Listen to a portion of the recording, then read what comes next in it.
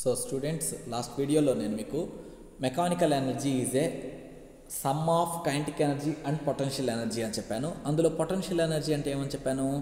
Energy possessed by a body by virtue of its position is called potential energy అని చెప్పాను. ఆ potential energy కి equation derive చేశాను. ఎంత డిరైవ్ చేశాను? Potential energy U equal to mgh అని derive చేశాను. Now I will derive equation for the kinetic energy. Kinetic energy కి ఈక్వేషన్ డిరైవ్ చేస్తాను. What is kinetic energy? అసలు kinetic energy అంటే ఏంటి? సో kinetic energy అంటే energy possessed by a body by virtue of its motion. By virtue of its motion అంటే ఒక వస్తువు కదులుతూ ఉండడం వలన దానికి అది కలిగి ఉండేటటువంటి ఎనర్జీని మనము కైనెటిక్ ఎనర్జీ అని అంటాం. So energy possessed by a body by virtue of its motion is called kinetic energy.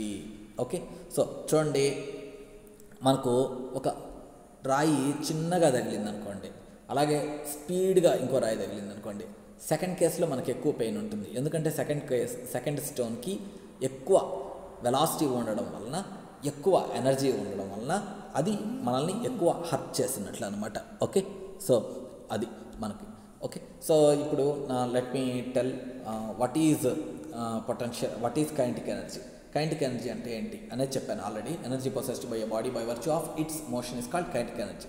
So ఇప్పుడు I will derive the equation for the kinetic energy. దీనికి ఈ కైనెటిక్ ఎనర్జీకి ఈక్వేషన్ డిరైవ్ చేద్దాం.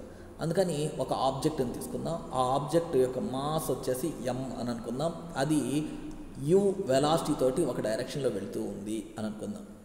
సో దీనికి opposite డైరెక్షన్లో కొంత ఫోర్స్ పనిచేస్తుంది అనుకుందాం. ఈ ఫోర్స్ పనిచేయడం వలన ఆ ఆబ్జెక్టు కొంత డిస్టెన్స్ ఎస్ డిస్ప్లేస్మెంట్ ట్రావెల్ చేసిన తర్వాత ఎస్ డిస్ప్లేస్మెంట్ తర్వాత ఆగిపోయింది అనుకుందాం. ఆగిపోయిందంటే ఫైనల్ వెలాసిటీ ఎంత? 0. Final velocity 0. సో ఒక వస్తువు యొక్క మాస్ m, దాని యొక్క ఇనిషియల్ వెలాసిటీ u. సో అది మూవ్ అవుతూ ఉంటే దానికి ఆపోజిట్ డైరెక్షన్లో కొంత ఫోర్స్ పనిచేస్తుంది అనుకుందాం.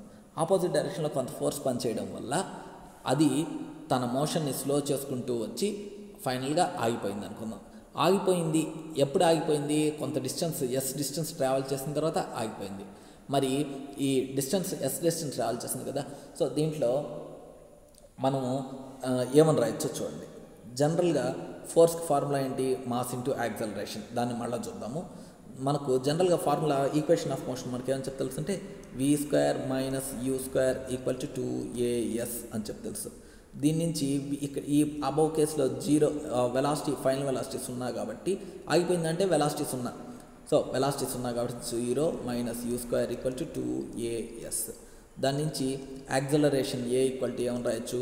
-u²/2s అని రాయొచ్చు. -u²/2s అని రాయొచ్చు. సో ఆ వస్తువు మీద పనిచేసిన ఫోర్స్ ఎంత? Force F = ma. సో మనకు m × a అంటే -u²/2s, అవునా?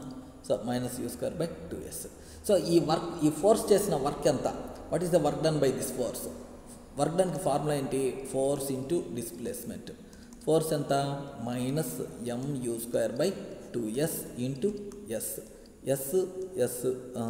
ఎస్ క్యాన్సిల్ పోతాయి. ఎస్ క్యాన్సిల్ పోతే మనకు మిగిలింది బట్టి ఏమని తెలుస్తుందంటే work done by the force is equal to -12 mu² అని చెప్పి తెలుస్తుంది. So this is work done on the body. అవునా? సో ఇంత వర్క్ చేయడం వల్ల ఏమైపోయింది? బాడీ ఆగిపోయింది. బాడీ వెళుతూ ఉన్నది ఆగిపోయింది. సో మనకు కైనెటిక్ ఎనర్జీ, మన దగ్గర 10 రూపీస్ ఉన్నాయనుకోండి, అవతల వాళ్ళు మన దగ్గర నుంచి 10 రూపీస్ తీసేసుకుంటే 0 అయిపోతుంది. మన దగ్గర 200 రూపీస్ ఉంటే 200 తీసేసుకుంటే ఆగిపోతుంది. అదేవిధంగా ఒక వస్తువుకి కొంత ఎనర్జీ ఉన్నింది, నాకు ఆపోజిట్లో, ఆ ఎనర్జీకి ఆపోజిట్లో ఎంత వర్క్ చేస్తే -12 mu² వర్క్ చేస్తే ఆగిపోయింది. అంటే కైనెటిక్ మనకు ఆగిపోయింది, అంటే కదలడం ఆగిపోయింది.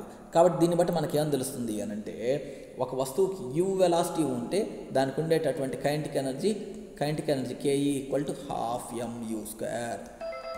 అలా కాకుండా v గానుంటే కైనెటిక్ ఎనర్జీ ఫార్ములా 12 mv². ఇది హలో సార్, ల్యాబ్లో ఉన్నాను సార్.